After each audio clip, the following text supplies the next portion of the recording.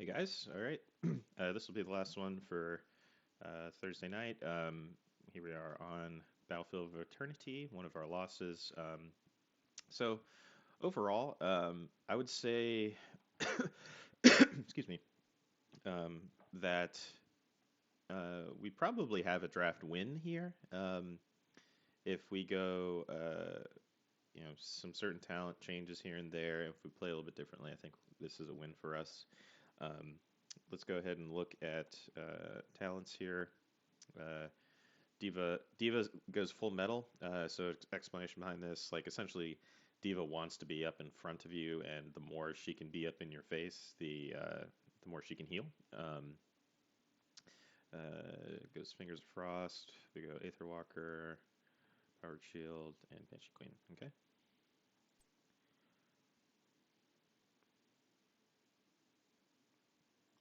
So right off the bat, what I what we want to be seeing here is some control over this. Uh, let's see. Oh, I'm learning how to change colors here.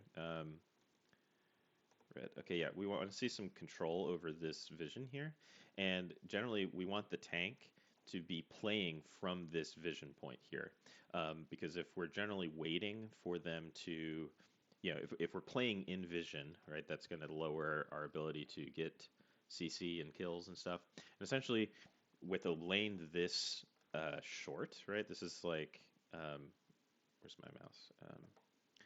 With a lane this short, right, where the space between gate to gate is so short,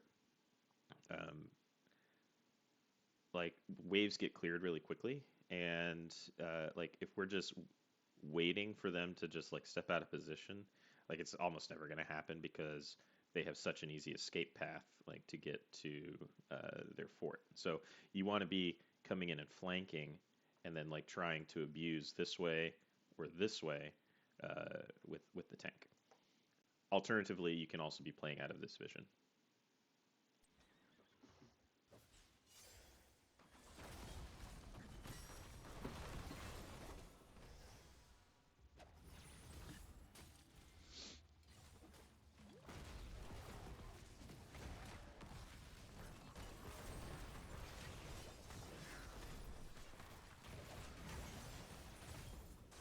And part of that is to play into like how Diablo wants to play, because like if we're just playing in lane, usually the way that the fight will go is like you're waiting for them to walk up to you so that you can overpower and then push them back into the fort. Like so, it's like E then Q.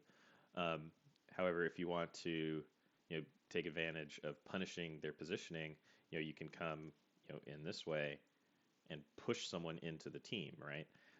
That's always an option. And then as they're trying to walk out, you overpower them back.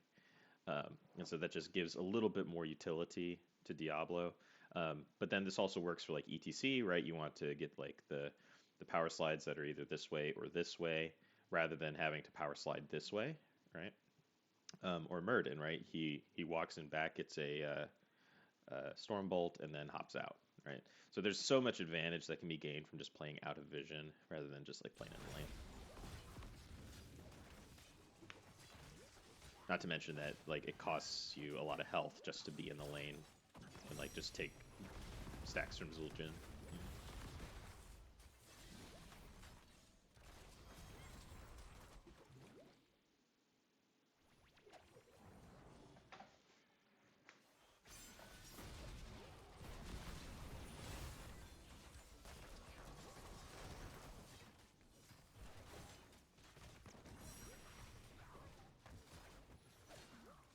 Everyone speed up.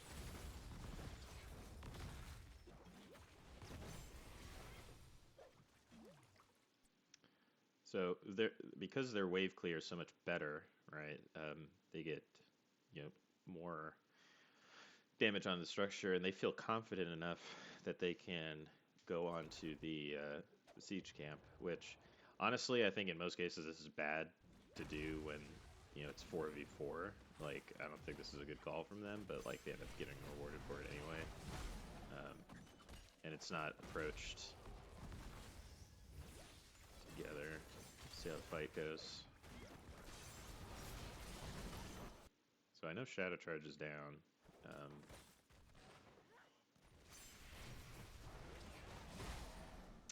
yeah, I don't. There's not a whole lot of value in that.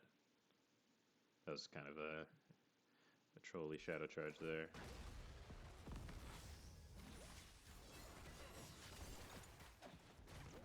Because, yeah, that could be a kill on Lily right there.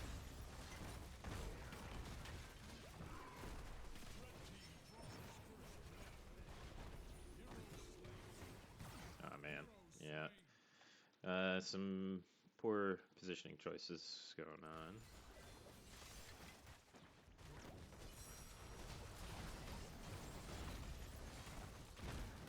So I don't even think, like, Steven, you even need to be in here. Like, you could even play from here, right? You could be getting, like, lots of value there, and if, like, they auto-attack you, you just step into the vent, right? You don't necessarily have to play in this choke point, and you get a lot of free damage.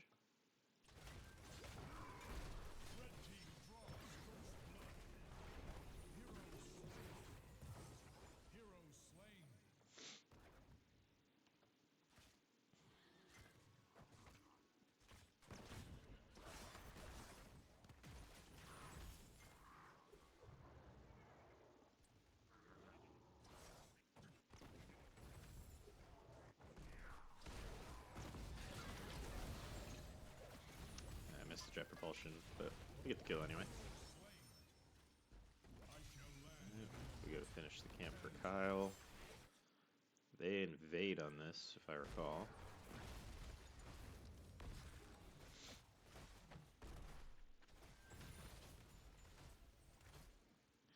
Like, here's the thing, like, they're playing so poorly. Why would they invade here? um, this doesn't make any sense. So, man, we got to punish this. I hope we do.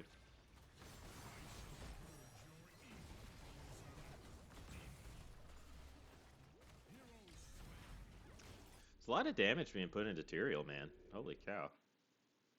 Like, why aren't we hitting the Jaina there?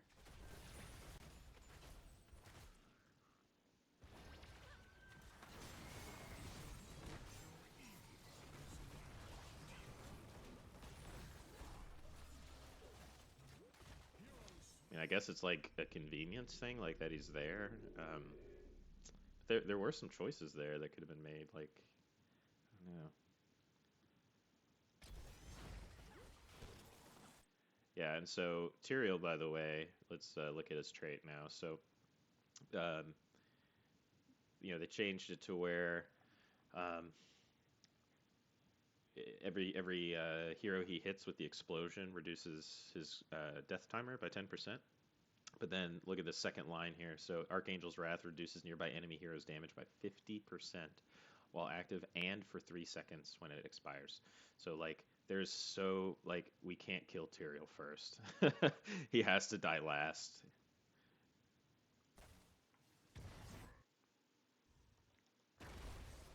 Yeah, they just get free clear here.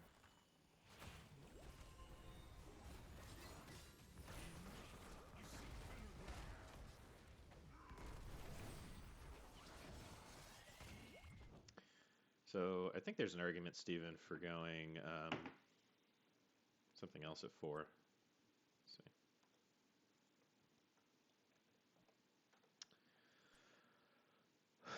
Like probably Triumvirate. If not Charge Blast, like between like technically like killing Diva's mech gets you a dominance proc, but like with Tyrael, it's like it's gonna be hard to like kill everybody on their team, and so like and get value out of this. Plus, you have a dedicated healer, right? And we have Bunker, and so like I would consider this generally to be like a quick match talent or a Storm League talent where you're playing by yourself, but like in a coordinated environment, like you want to go ahead and go for more damage. Like for example, like if you were I don't know Vala, like would you take this talent over Hungering Arrow or something that would increase your damage? Like you're usually going to take those damage increasing talents, whereas this gives you a little bit more like individual reliability. That will value in like a coordinated environment. So Like I think if you go triumvirate in particular, this probably goes a little bit differently. Come on.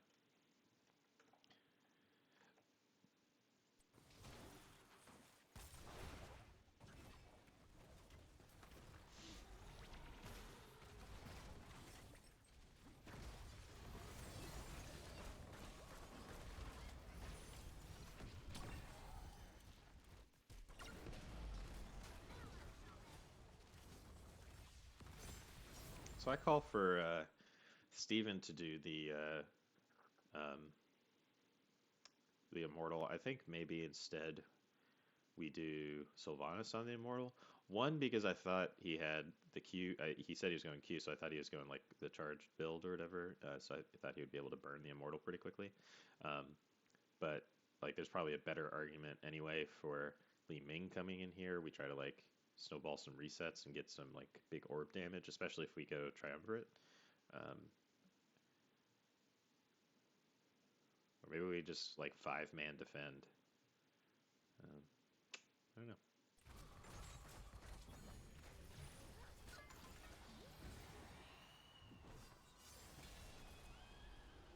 Our triumph brings order to this realm.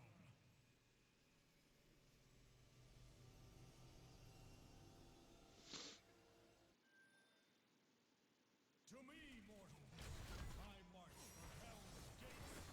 I will bring down the gates of hell.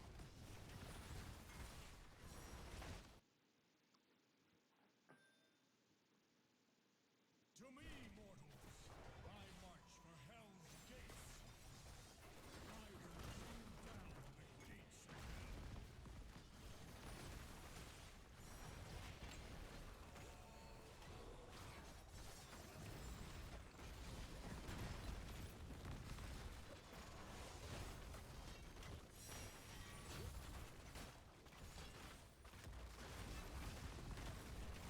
All right, we're maintaining good spacing. That's good.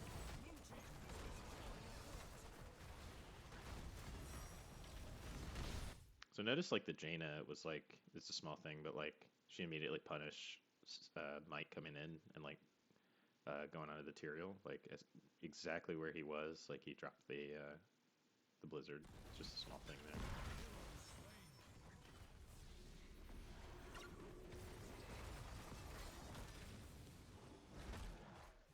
Okay. Good punish. We get rewarded with the flank here as well, so ends up working out. So we go Seeker.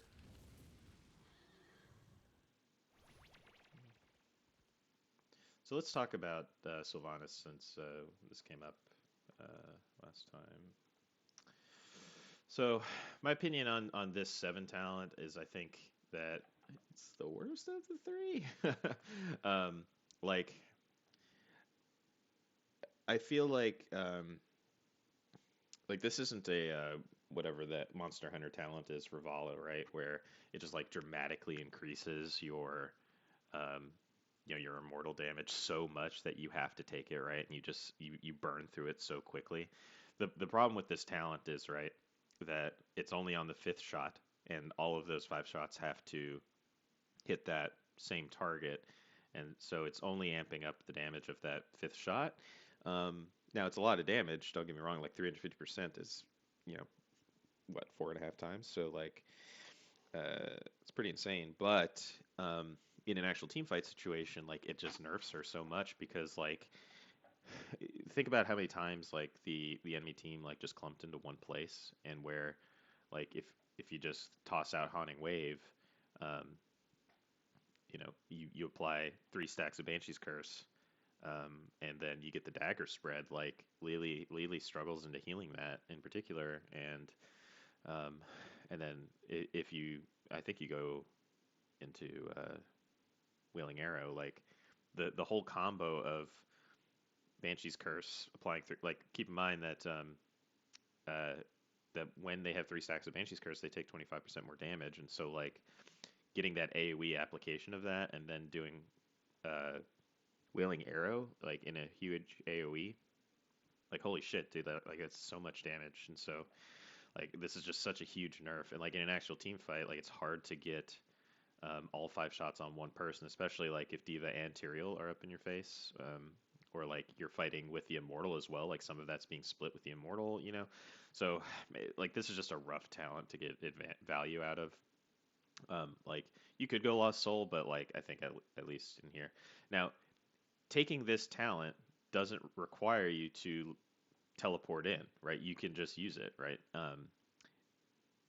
And after you use that, you're just like any other ranged assassin, like like Tassadar, right? He doesn't have a mobility talent, but like you don't always have to like like taking this and being like, oh man, it takes away my mobility. Like just pretend it's a damaging ability and use it like you would any other damaging ability, right? You don't always have to teleport in.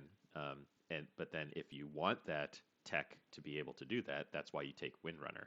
So you can still go Festering Wounds and Remorseless as long as you don't want the ability to dive their backline.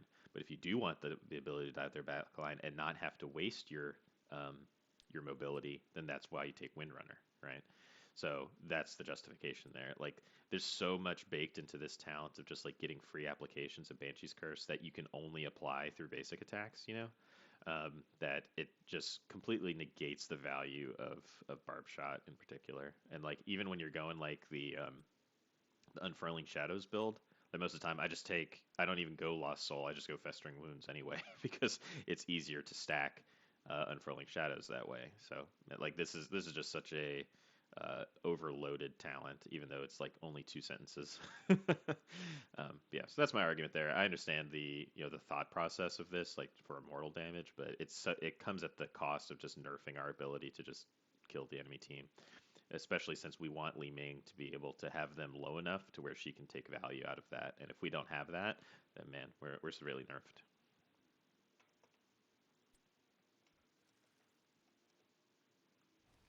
Okay, I called it. They're here. They're only 3, and we're 5. Tyrael's coming.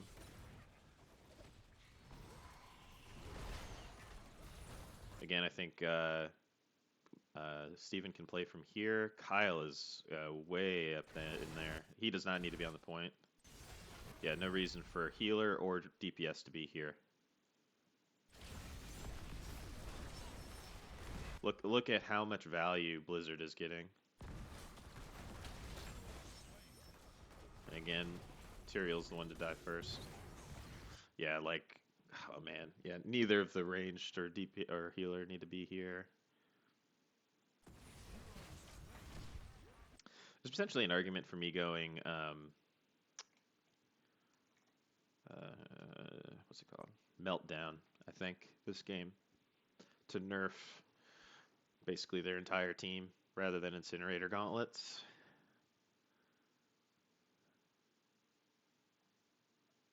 Yeah, because like I don't really need this on this map, so I think I should have gone Meltdown. Well,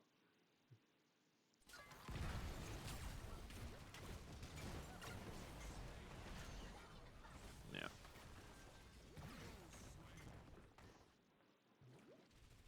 And that's the thing too, is like if Kyle plays from back here and then just like uses Haunting Wave to apply all of his AoE damage and then like spreads the dagger, like you don't have to play up in front.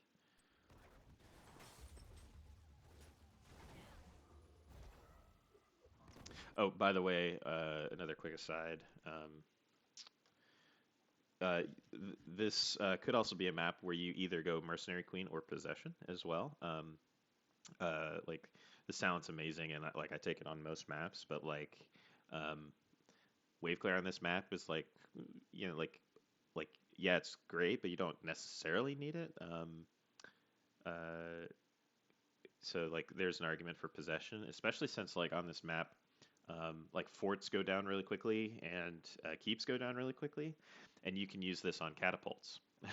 You can turn catapults into your own catapults, and then like that's actually kind of huge. And so there's an argument there, and there's also some value from Mercenary Queen as well. So you don't always have to go Unstable Poison, but just something to think about in the future. All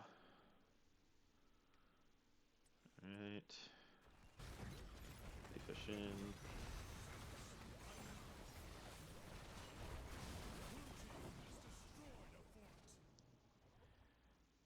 D.Va gets top. I fight for the glory of the... All right.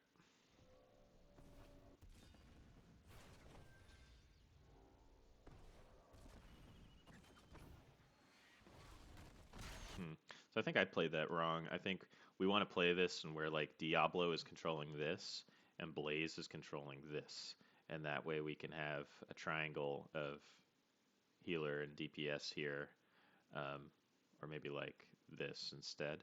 That way, so we sort of get like a flying V situation, and that way we control all the points, and then either of us can collapse in either direction as necessary. So I don't think I took the right pathing on that. I missed jet propulsion there. I go ahead and bunker because I'm about to die. Okay, this is good positioning from Steven, playing from behind the wall. They sanked. Yeah, unfortunately, like because of the D.Va bomb and where I was, I couldn't. I know I couldn't walk this way, and I think Mike also concluded that he couldn't go that way, unfortunately. But it's just yeah, unfortunate. Yeah, part of that is all due to I think my bad positioning here.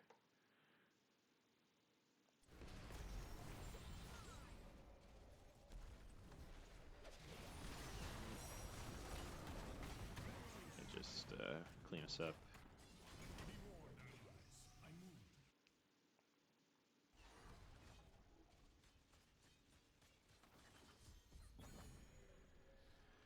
We stand. All right, and yep, and anytime you know you're defending on this or this side here, you want to control this vision and look to flank as soon as the immortal steps up and try to fight past the immortal. I say always, you know, you want to try and look for those situations in which you can.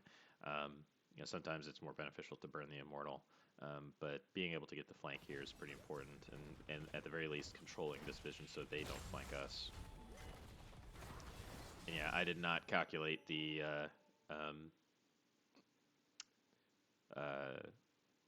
wind up on jet propulsion into the light bomb, so this was kind of unfortunate. I think it could have gone differently if I had been better about that. Damn. Good try, good try. No. Ah. The water Ellie.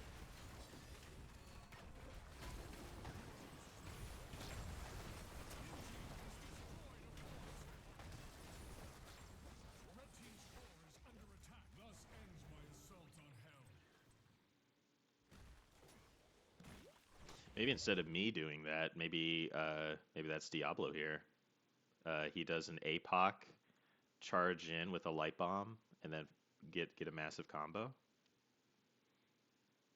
Like that could be something.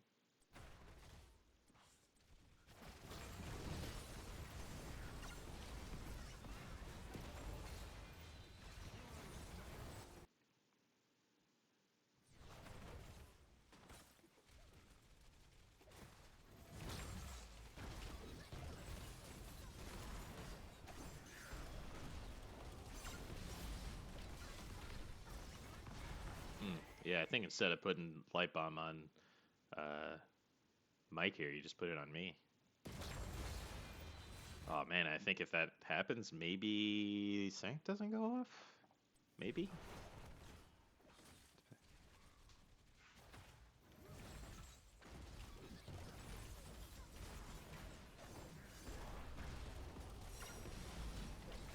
Boom. Yeah. Oh man, I think if light bomb's on me, they don't get the Sankt. Damn. And I probably should just called out light bomb or something.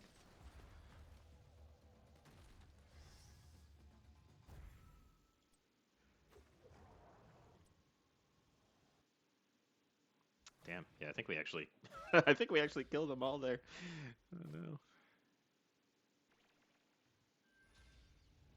I am on my way, mortals. Yeah, this just kind of snowballs out. They played the macro here pretty well in the end game. There is no escaping.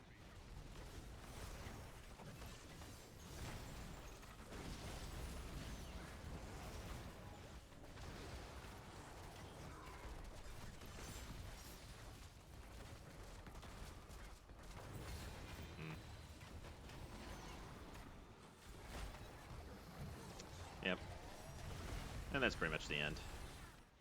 Yeah. Yeah. All right. Yeah. So a little bit shorter of a game, so not as much to talk about, but some different choices in terms of like who's playing from vision, and in general, like we do want that tank playing from out of vision, and so like here, Diablo can be here instead of me. He could probably get a better combo with the light bomb than I would. Um, However, in this situation, play off the light bomb with the jet propulsion since they're in this choke point. It's easier for me to get. Um, I could have positioned better here. Um, Steven playing better from flanks on Li Ming and not in the choke points, which you did here, but not here. And then Kyle, you don't have to stand on a point whenever we're contesting it. Just hang back. And then we also talked about the talents as well. So yeah, some misfires, some miscues, and some interesting positioning choices. But yeah, overall, yeah, it's kind of hard to say because they just sort of snowballed this out of our control. So anyway, all right, GG's guys.